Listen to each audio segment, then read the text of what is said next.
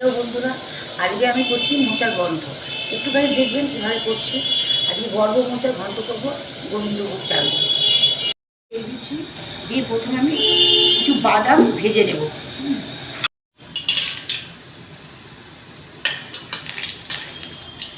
হয়ে গেছে, আমি এবার এগুলোকে তুলে দিচ্ছি।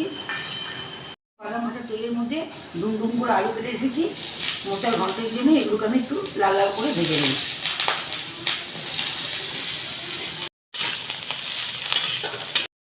লাল লাল করে ভাজা হয়ে গেছে, এবার এগুলোকে আমি তুলে দিচ্ছি।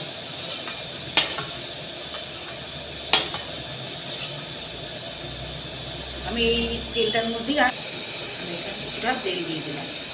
একটু মোচার ঘন্ট একটু তেল তেল বেশি না হলে ঘন্টটা ভালো লাগে না। গরম হয়ে গেছে, ফোড়নের জন্য আমি জিরে দিলাম, একটা তেজপাতা দিলাম, আর একটা শুকনো লঙ্কা দিলাম। এবারে তেলের মধ্যে আমি সামান্য আদা বাটা দিলাম, একটু জিরে দিয়ে দিলাম, আর একটু ধনে দিয়ে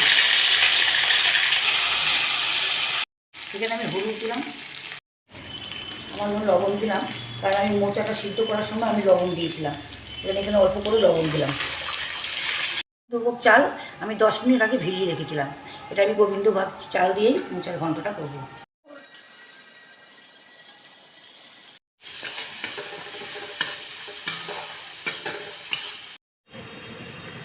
মোচাগুলো আমি আগের দিন রাত্রিবেলাতে কেটে হলুদ দিয়ে ভিজিয়ে রেখেছিলাম।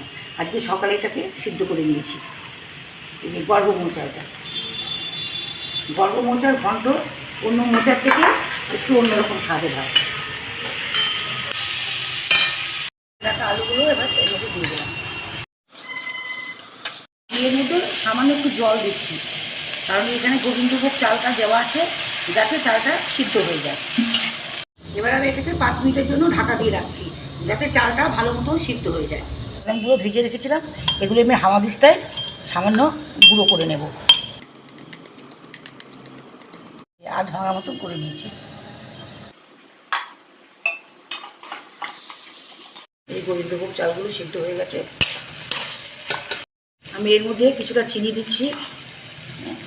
মোচার ঘন্ট একটু মিষ্টি মিষ্টি না হলে ভালো লাগে না, দিলাম। আর এই বাদাম আমি আগে থেকে ভেজে গুঁড়ো করে রেখেছি, আমি বাদামটাকে এর মধ্যে দিয়ে দিলাম, আর কিছুটা কিশমিশ দিয়ে দিলাম। আমার মোচার ঘন্ট হয়ে গেছে। আমি এবার একটু ঘি আর গরম মশলা দিয়ে এটাকে নামিয়ে নেব। আমি এতে একটু শাহি গরম মশলা দিচ্ছি, সামান্য গরম মশলা দিলাম, দিয়ে দিলাম। মোচাতে ঘি গরম মশলা ছাড়া মোচা খেতে ভালো লাগে না, ঘি গরম মশলা মোচাতে লাগে। মোচার ঘন্ট আমার হয়ে গেছে। গোবিন্দভোগ চাল দিয়ে আমি মোচার ঘন্ট করলাম। এই পদ্ধতিতেই আপনারা একবার করে দেখবেন, আশা করি আপনাদেরও খুব ভালো লাগবে।